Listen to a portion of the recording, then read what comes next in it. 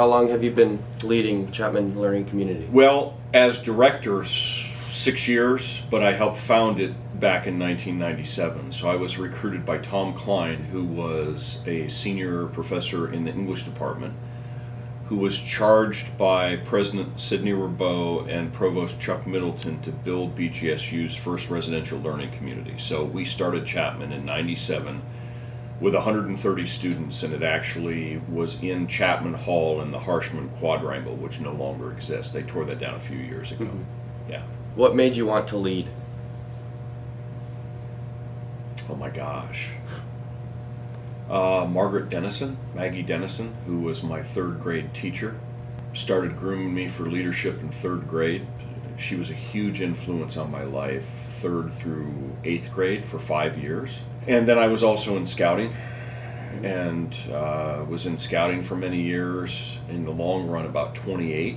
And so leadership has always been something that I've been very interested in, but I was selected when I was really young and sort of groomed by people who saw potential in me and expected me to do it. And so it made a big influence, or had a big influence. And so I just naturally have been in leadership roles for many, many, many years. What events in your life led up to this position of leadership? Oh my gosh.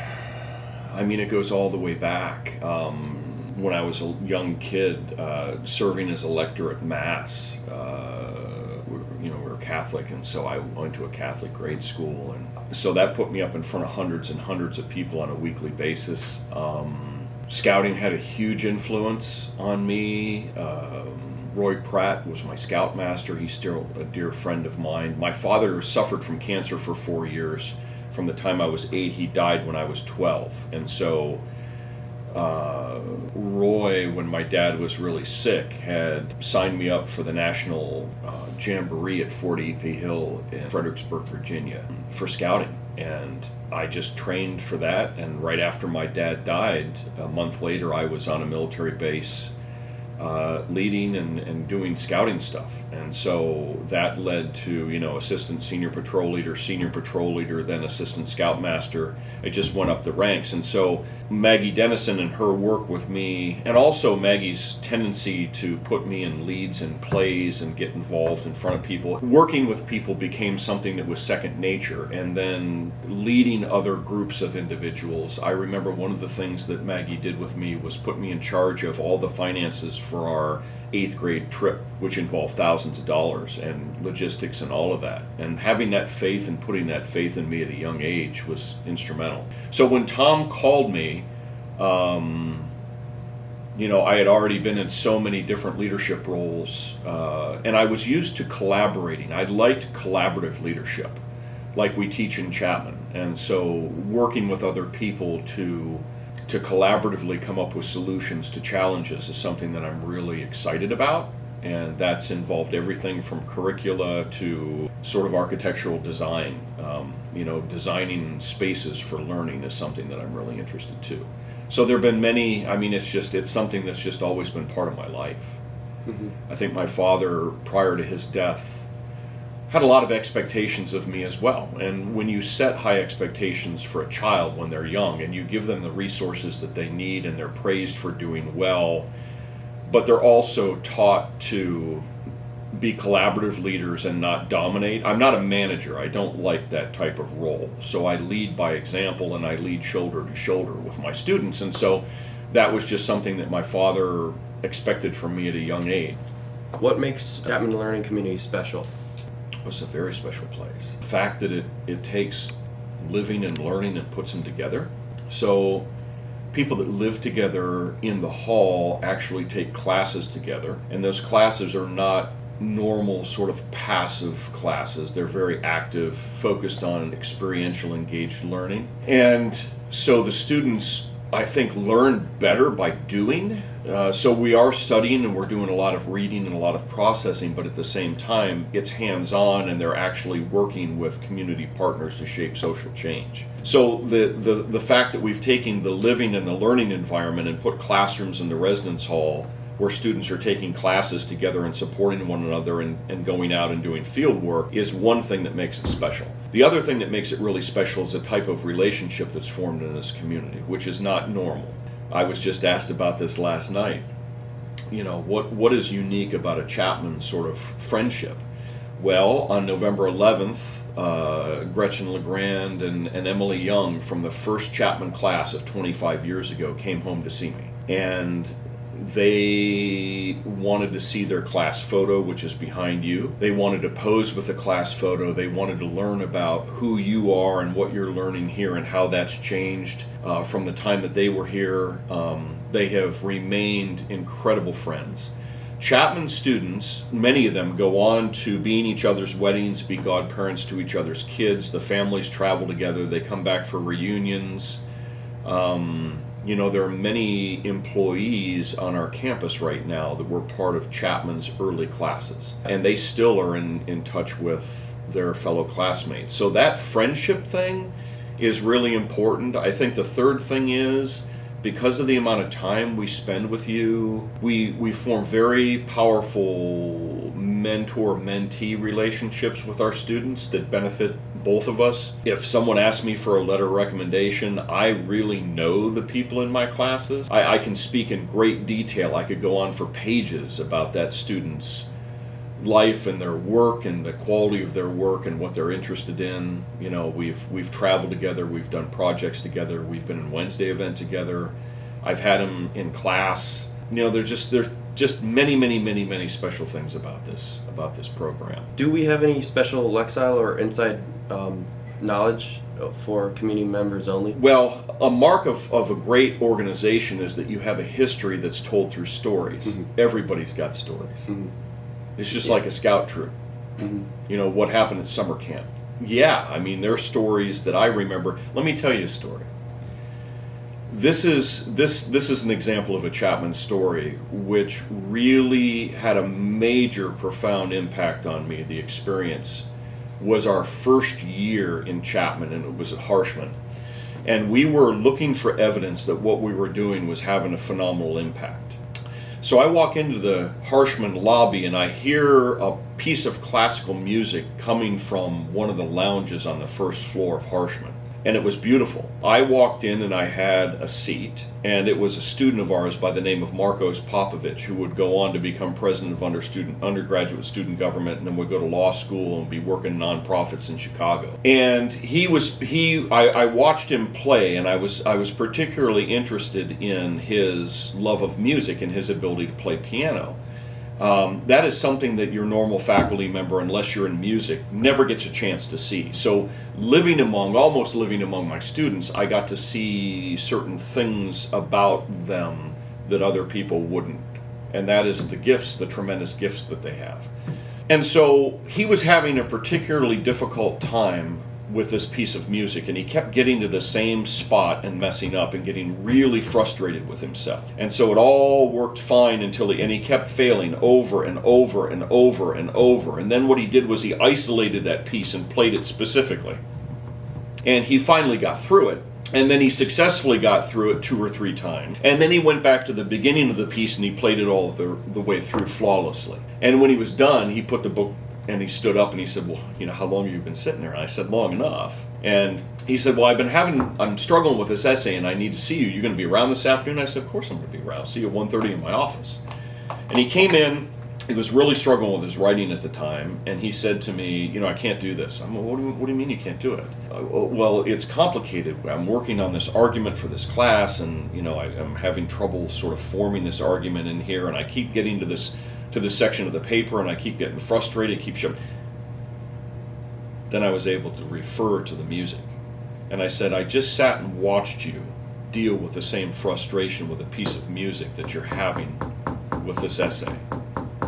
I want you to take this paper back, and I want you to take it to your room, and I want you to do the same thing that you did with that piece of music to this essay.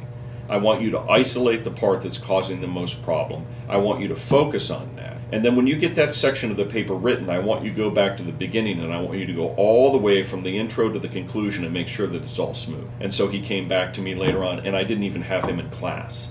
he came back to me with his A on his paper, and he rocketed through the portfolio assessment that semester. So that's an example of one of those situations where being able to be with a student and watching them sort of struggle with something enabled me to use that knowledge of the way that they approached a problem to guide them in getting through a problem in another venue. Does that make sense? Mm-hmm. Yeah. Yeah. And that's just one example of so many different stories that have become really important to me over the years. And yes, Chapman is full of those stories. If you ask people, they'll sit and talk for hours about the 1 or 2 years that they were here and the things that we did and their friendships that they have with one another. Any plans to expand the reach of Chapman Learning Community?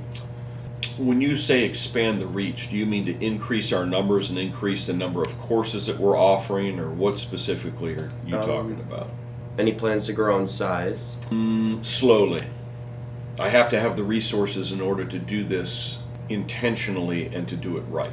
We're at 50 right now, which right now is an optimal number. Really, it's me and Holly and Ian and Natalie with Lene in the background that's keeping the community moving forward, plus our team of 11 CSLs. When you grow an organization like this, you need to make sure that you have the support systems in place to handle that growth so you don't have a failure, right? And so when you build a bridge, you best make sure that the bedrock that you're placing that bridge's supports upon is strong and unfractured. And so, yeah, I would love to grow us a little bit bigger, but the other thing is Chapman originally was the only learning community on campus. Now we have 17, 16 of them born in the wake that we formed when we built this, and we've had a say in the way a lot of these have been developed. And we're accommodating 1,200 students now in a way that's much more effective than forcing 200 or 300 students per community.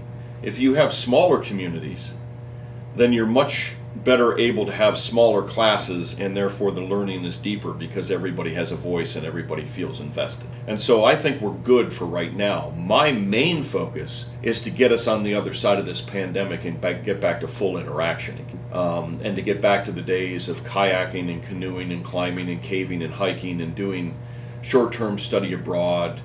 I know Gordon and Chris got to the Navajo reservation for some time this summer.